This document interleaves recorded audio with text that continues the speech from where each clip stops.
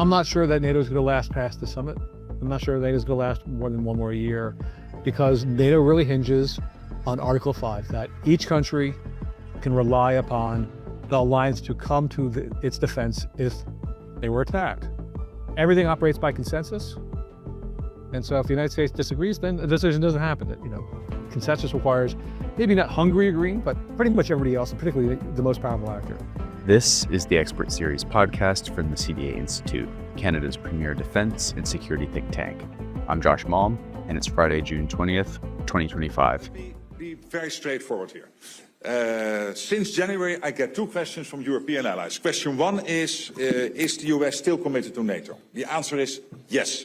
Committed to NATO, committed to Article 5, and this has been many times repeated by President Trump in many meetings. So my only suggestion to many European colleagues The is... 2025 NATO Summit kicks off next week in The Hague from June 24th to the 25th, bringing leaders together at a time of deepening global instability and with questions looming over U.S. commitments to the alliance, defense spending targets on the rise upwards to 3.5%, and alliance unity under strain. The stakes are high, especially for Canada, which recently just committed to reaching 2% defense spending by the end of the year. Here with me today to unpack what we can expect at the 76th NATO Summit, the big challenges and areas of focus, as well as the stakes going in and significance of this year's meeting, we're joined once again by Stephen Seidemann, Patterson Chair in International Affairs at Norman Patterson School of International Affairs at Carleton University. He's also the host of the Ballot Rhythm podcast, which you can listen to every other Wednesday.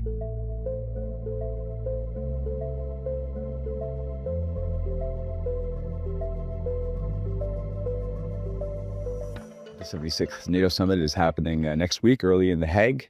I'm wondering if you might be able to provide us an overview of maybe the immediate but broader context going into this year's summit. So what's happened since the last summit in Washington, the 75th anniversary, and what are the key issues that you think are going to shape discussions at this year's summit? Well, the most important thing that's happened is Donald Trump was elected president. Spent last summer's summit talking to people about the future of NATO if Trump were to win, making bets about how long NATO would last if Trump were to win. And so that's clearly the most important thing, because the United States has always been the foundation of the alliance, that everybody expects it to come from across the ocean to defend Europe, even though the one time the Articles 5 of NATO, attack upon one equals attack upon all, was only invoked when the United States was attacked in the aftermath of 9/11. But everybody expects the United States to show up, and now it's led by a president who has been very suspicious about alliances. He thinks any deal that he didn't negotiate is a ripoff. And then he sent forth in the early part of his administration his minions to Europe to basically tell them that they're on their own. That Pete Hegseth went to Romania for a meeting and said that the United States was no longer going to be the primary guarantor of the security of Europe, which is essentially what the United States' role in NATO is. And then the next week, J.D. Vance went to the Munich Security Conference, which is the biggest, most important conference of its kind. Lots of high-level leaders at that, and he spoke, and he basically castigated the Germans for not providing enough room in their political space for their far-right proto-Nazi party.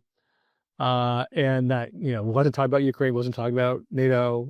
So that really set Europe on edge. And so ever since then, Europe has been trying to figure out how to hedge, how to provide for its own security, not because they think that they owe Donald Trump something, but because they now know that they can't count the United States, that the United States is now an unreliable partner. So that is the biggest thing that's happened between the last NATO Summit and this NATO Summit. So a few questions to follow up there. One, can we unpack some of the context behind America's positioning on NATO? Is this sort of a purely Trumpian phenomenon? Does it emanate from the man himself and his whims and his approach to governance, if you'd like to call it that?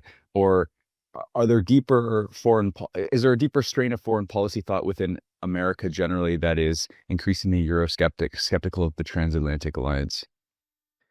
It's mostly Trump. It's mostly Trump pandering to the far right. In 2016, I was kind of puzzled by all this because I didn't think most American voters cared about NATO. And okay, some countries aren't spending 2%, who cares? But it was clear as a message that played well with the far right because it was part of a larger package of hostility to the international order, hostility to all international institutions, playing upon a strain of American attitudes that has always been skeptical of entanglements. I mean, the history of the United States foreign policy goes back to George Washington's farewell address, where he talked about being entangled in European alliances. But public opinion is very favorable towards NATO. The more hostile Trump gets towards NATO, the more public support there is for NATO. Is the Republican Party inherently an anti-NATO organization? I don't think so. I do think it is more unilateral, because we saw George Bush was a very unilateralist president and was reluctant to get NATO involved in various things. But that was less about hostility to NATO, more about not wanting to be restrained as they pursued their various wars of choice. So once Trump leaves the scene, will the United States be as hostile to NATO? Probably not as hostile as this. I mean, it is strange. The Republican Party has now become entangled with the Russians, that they're partly funded by the Russians. They have been more or less supportive of the Russians the past few years than one would expect, given the traditional hostility of the Republican Party to communism.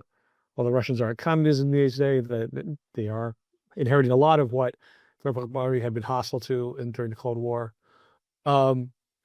So time will tell, but I would say this is not really hardwired into the American people. I guess that begs another question. How are different countries within the alliance interpreting the Trump administration's approach towards NATO and how that impacts things going forward? Like, is there maybe thought that, okay, well, Trump's term will be over in 4 years.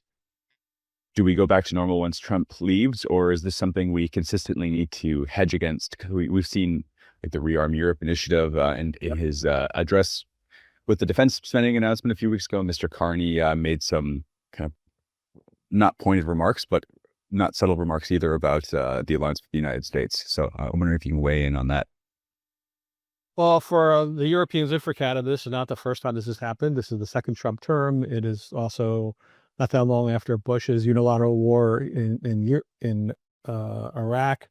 We'll see what kind of damage the potential war with Iran does to U.S.-European relations. There may be a little bit less differences on that than there was in Iraq, but there's still, I think most Europeans would rather not have a war with Iran at this moment in time. So I think the Europeans vary depending on how dependent they are on the United States, on their size, how threatened they are by the Russians. I think in general, there's a great amount of concern. I spent this winter in Germany for 3 months, but I visited Sweden. I talked to other people from other parts of Europe. I was at events involving people from other parts of Europe. And I think whatever wishful thinking that most of those countries had got popped by the twin events of Hegseth and Vance in Europe in February. And so the European Rearm Initiative is a multifaceted enterprise. What they're basically trying to do, for those who haven't been following it, is they're going to issue Euro bonds, just like their American Treasury bonds, Canadian bonds, whatever. And that would allow Europe to basically spend money on defense based on borrowing from these bonds. And then people invest these bonds because guess what? They might be a better investment these days in American bonds, given what Trump might be doing to the U.S. economy. And the idea then is to buy in bulk rather than having Denmark buy some artillery pieces and then separately the Dutch buy some artillery pieces, have them buy each together with a bunch of other European countries a number of artillery pieces. So they get the economies of scale the United States always gets, because the United States always buys hundreds or thousands or tens of thousands, depending on the system. This will allow the Europeans to get that same advantage of having it cost cheaper per artillery piece, per plane, per whatever. So that's what UARM is about. And it's about trying to have the Europeans spend their money to the greatest level of effectiveness rather than just everybody sponsoring their own defense industry, although that's part of it. And make them buy from Europe as opposed to buying from the United States. And Carney has noted that we traditionally spent 75% of our defense procurement, that is not our food and wages for our troops, but we're buying equipment. 75% of that has been spent on the United States. And the United States is no longer a reliable partner. And so he's looking to diversify, and there are a couple of places to go for that. Japan, South Korea, Australia. Some of, for instance, our over-horizon sensing system for more modernizing NORAD is an Australian thing. But a lot of it will come from Europe, because Europe is, when it's acting as a unitary actor, one of the largest economies in the world, if not the largest economy in the world. They produce some mighty fine weapon systems. And so if we can buy more of their stuff, then we'll be less worried about the vagaries of whatever somebody told Donald Trump before he gets onto social media. I think it's relatively uncontroversial to say that Trump is the big thing on everyone's minds heading into the summit, Stephen. But can we maybe, we also have ongoing challenges posed by China and the Indo-Pacific region, an ongoing war in Ukraine, and then challenges and threats posed by Russia to some of the Baltic states, and then of course the rearmament initiative, which we just spoke about. Can we tease out some of the other big ticket issues that are likely to be discussed but possibly overshadowed by Trump? All right, we can, and I will, but the first thing I have to say is this last alliance is about trying to set down some policies to connect the United States and Europe that would be hard to break if there was a Trump administration. This summit is about trying to defend all the commitments that NATO has made for the past 70 plus years. It's going to defend the existence of NATO. That is job one. And that's going to be the primary focus. We'll see what Trump gets angry about. The big move is going to be about promising to go, rather than have a 2%, that is, countries have to spend the equivalent of 2% of their economy, that is their gross domestic product, on their own defense. Trump never understands this. He thinks it's always 2% of their money is being sent to the NATO, to the United States. He thinks of it as a protection racket. But countries vowed in 2014 at the Wales Summit to aspire to move towards, which was not really a promise to do it by 2024, but that became a promise ultimately to do it by 2024. Canada has been laggard in that. Now, this summit is likely to set down a new marker of 3.5%. That 2% is not enough. The Russian threat is too big. The Ukraine war has identified how far behind we are in terms of having not just new technologies like drones, counter-drone technology, anti-aircraft technology, but also mass. That is, the Ukrainians and Russians are going through a high rate of ammunition, of tanks, artillery equipment. Stuff's getting destroyed in this war. We haven't fought a war. We've lost tens of things since Korea. The last time the United States lost multiple ships in war would have to be World War II. The last time the United States or its allies lost a squadron of planes in a day would probably be either Korea or World War II. So we need to have mass. So the idea is we need to spend 3.5%. This is going to be hard for everybody, because everybody also has to spend money on social welfare programs, because populism is in part driven by despair and weak economies. And by the way, Trump's economic policies is going to mess with the economies of the planet. So you're going to spend more money on unemployment, on healthcare, all those kinds of things. But the goal is to be 3.5% and maybe a plus 1.5% of, hey, we also want you to spend money on other things that are security related, whether that's infrastructure, intelligence, border stuff that traditionally didn't fit into the guidelines for what counts for 2%. So this will allow countries to then say, we're getting to 5%, Donald, but not 5% strictly on the military stuff. And since Trump is bad at math, it probably doesn't matter. But it does give the Europeans and Canada a chance to say in these meetings, we're doing what you asked for. Now, to be clear, they're doing it out of their own interest, not just doing it to placate Trump. And one of the challenges of Trump is when countries make these kinds of promises, their people are going to go, are you just doing this to placate Trump? Because Trump we hate, and we don't want to do what Trump wants. So there's a delicate balancing act that everybody's got to play, including Carney, when he's asked about things like Golden Dome or other things. How do you cooperate with the United States when you don't find the United States to be reliable? And his answer is you pick and choose on things that don't cause us to deviate from what we want to do. But the other big issues, I don't think we're going to make any progress at all in China. I think whatever was in China in the last communique is not going to really be changed in this one, or it may be rolled back a little bit, simply because the Europeans can't get their act together themselves on how to deal with China. So it's going to be hard for them to agree with the United States on that. Ukraine, Well, the other big thing that's happened since last year is that Trump has been trying to sell out the Ukrainians as fast as possible. And he's been trying to keep the Europeans out of it. So in these negotiations that Trump has had to try to end the war that he promised to end on his first day in office, and he hasn't quite managed that, he has kept the Europeans out. Usually when there is a conflict in Europe and there's negotiation, either the EU is present or the French and the Germans, the Brits are present, or maybe the Italians are present, but usually Europe is present at the table, and Trump has kept them out of it. So the Europeans have tried to go their own way. They've tried to make their own commitments to Ukraine. So it is unlikely that you'll see any movement at all on a cooperative stance towards Ukraine. Last year, they agreed to create a NATO facility for helping to move, figure out what Ukrainians need and get the Ukrainians the equipment they need, in part to insulate that process from a Trump administration. So that may continue to exist. He may not kill that, but I don't expect to see any progress at all. Zelensky is currently, we're talking on the 19th of June. Zelensky is rethinking about whether he wants to go to NATO because if Trump's not there, is it worth his time? And there are rumors that Trump will either not be there or not be there for the full time, just like he blew off the second day of the G7. So we did talk a little bit about potential new 3 to 3.5% floor for the allies. Now, perhaps it's no coincidence that just ahead of the summit, Mr. Carney announced Canada's new defense spending pledge to reach 2% by the end of the year. Could you unpack that a little bit for us? What you found were some of the key takeaways from it, and maybe contextualize it within the significance for Canada heading into the summit and what Canada's priorities are or should be? Sure. Well, one thing that happened last year was Trudeau came out with a long-awaited defense policy statement.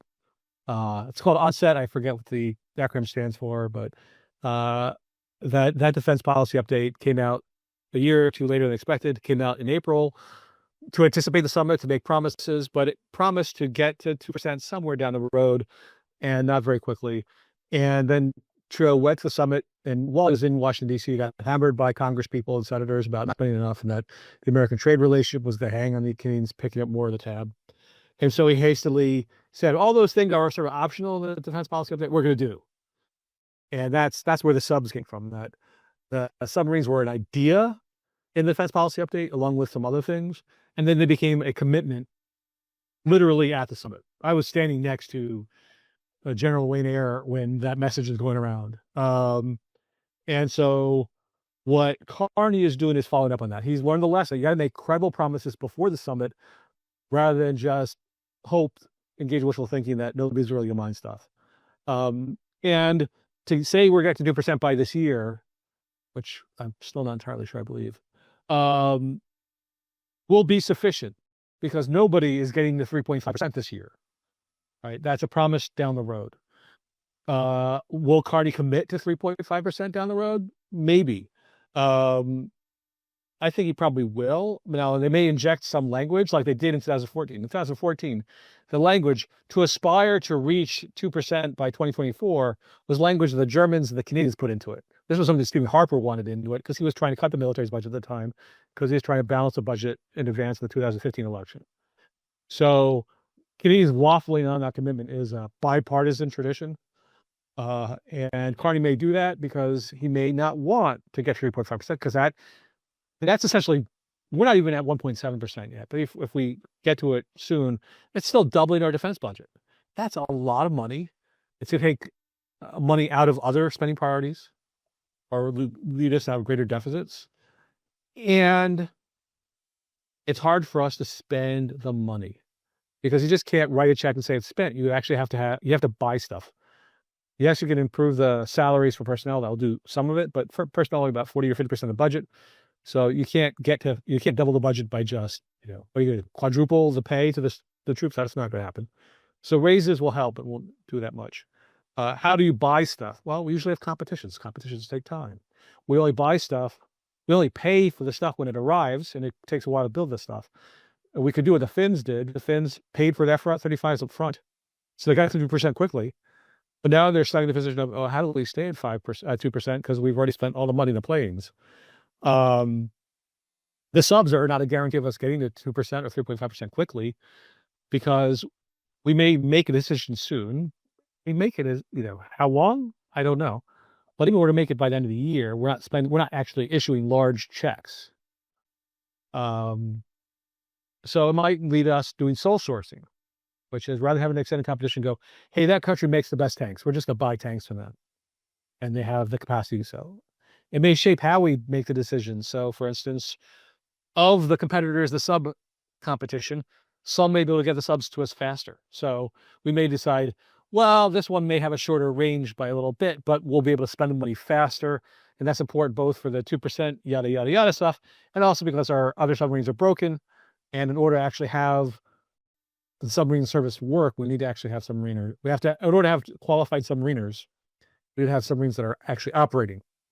And once we have a couple submarines that are operating, then we can then train up a whole subforce to then staff 3, 4, 5, 10, ultimately 12 submarines. So the big question is, how can we spend the $9 billion we promised this year? I don't know. Can we double the defense budget within 5 years? Absolutely not. But we can get there eventually. One more follow-up question on the defense spending issue and the recent announcement. If you listened on its face to Mr. Carney's announcement, seemed to paint a picture of a world that's changing very fast, that's insecure.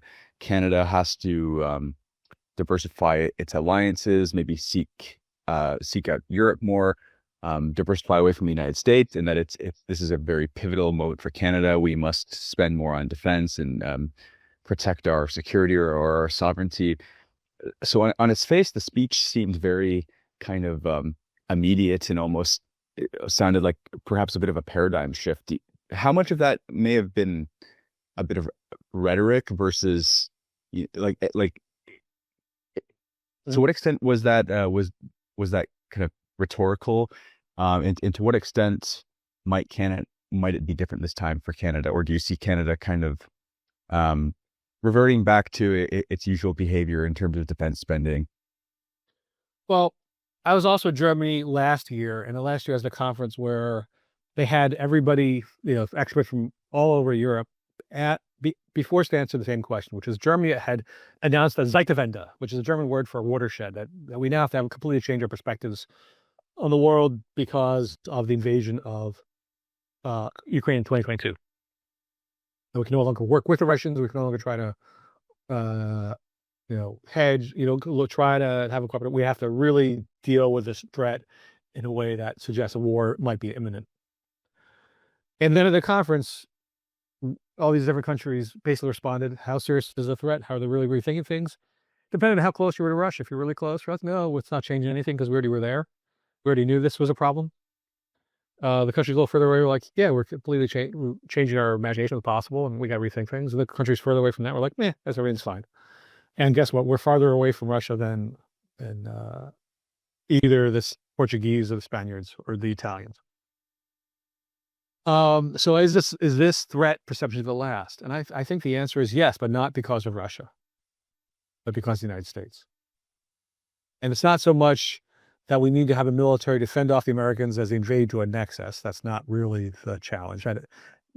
There's no expectation the United States is going to invade us. No, they may invade Panama, they may invade Mexico, they may do a various aggression towards Greenland under Trump. We can be scared by all that stuff. I think it's all reasonable things to be worried about.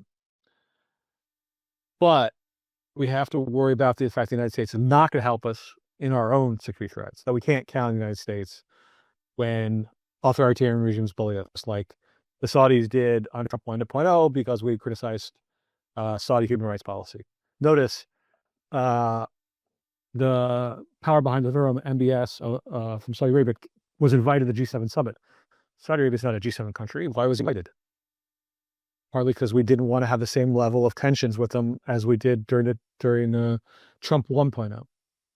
As the Chinese bullied us with the two Michaels, and the United States didn't give us that much help until Biden became president. So we're going to be alone in the world to a certain extent. Are the Europeans going to come to defend us if the United States makes more threats about annexing us? No, they lined up to defend Denmark and Iceland and Greenland because Denmark's a European country. They don't imagine that it's their job to defend us. They think of us as a country that they care about. They'd help us, but it's not within their imagination. So we are on our own. So yes, we are more threatened. When we talk about the world being more uncertain, it's because we can't count the United States. We can count on Russian aggression. We can count on Chinese aggression. That's not really an uncertainty that is bedeviling us right now.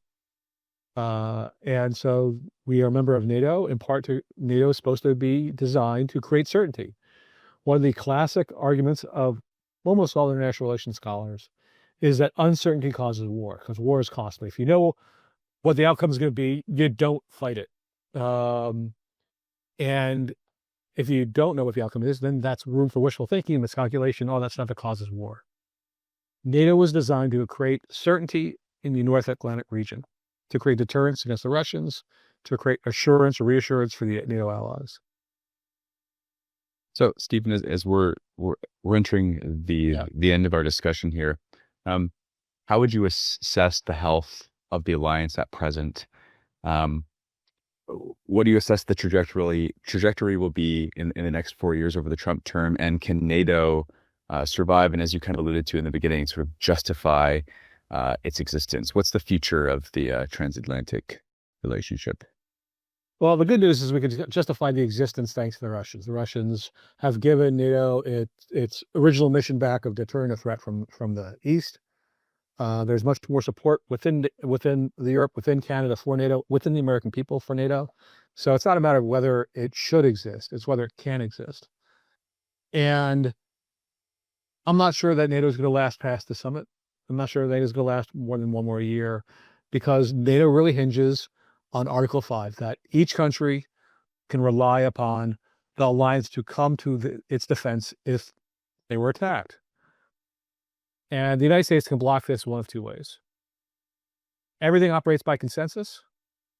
And so if the United States disagrees, then the decision doesn't happen. Consensus requires maybe not Hungary agreeing, but pretty much everybody else, and particularly the most powerful actor. So Trump could just block a decision so that if Latvia is attacked, Latvia is on its own, maybe with whoever's standing in Latvia at the time, but NATO as an organization might not be able to react because they can't get a decision. And if that were to happen, that would be the end of NATO. The second thing is that something happened and the United States says, okay, you guys can do it, but we're not going to do anything about it. Well, we have not bought everything that the United States has bought. We don't have deep strike capabilities. We don't have as much anti-aircraft capabilities. We relied heavily in Afghanistan for American medical vac, not only in theater, but also at the Landstuhl Air Force Base in Germany. And so I've been asking the Canadian military, how do you operate in a modern battlefield with zero American help? You have to anticipate that, because Donald Trump is not going to send troops to defend Latvia, Lithuania, Estonia, Finland, or Canada. And as that message sinks in, as that reality sinks in, either Europe tries to negotiate to keep NATO alive without the United States, and maybe with the Canadians still on board, or they shift to an alternative security institution, maybe some element of the European Union, without the United States and then without Canada. I have placed a bet on the existence of NATO, and it's not an optimistic bet. I really, really worry about the future of NATO. I think right now it is untested, and when it gets tested, I think it'll break. And that's because the United States is led by someone who has never kept any commitment to anyone or anything, ever. Stephen, we've covered a lot. We talked about your expectations ahead of the summit, some of the challenges we're going to encounter, the big issue, which is Trump. We talked rearm Europe, Canada's defense spending, and the 3.53% threshold, the new floor. Was there anything pertaining to the summit that we haven't discussed, or are there any ideas or key points you think might be important to reiterate before we wrap up today? Well, as always, these things are not just about the alliance. There'll be a lot of bilateral conversations on the side. So Carney will meet with the leaders of our European countries. He might meet with Zelensky. Those conversations might be meaningful. I think, again, this particular summit is a defensive summit. It's about trying to keep things going. And Trump hates these things. He hates going to them. He's on an unfamiliar bed. It's not his Trump property. And so he's going to be grumpy, and he may leave early, and they just have to be ready for that. Steve, always great to talk to you, and thanks for coming back on the podcast. It's been a while since we chatted. Also, I do understand you'll be going to the summit, so I want to wish you safe travels and hope you have some fruitful discussions and some great interactions while you're there, and safe travels. Thank you. And your listeners can also come to the Battle Rhythm podcast after the summit. I should be having a conversation with at least one of the persons who was there, maybe some others, to talk about what happened. Absolutely. I encourage all our listeners to check out Battle Rhythm as well if you have not. Thanks so much, Stephen, and we hope to have you on again soon. And that's all for today's episode.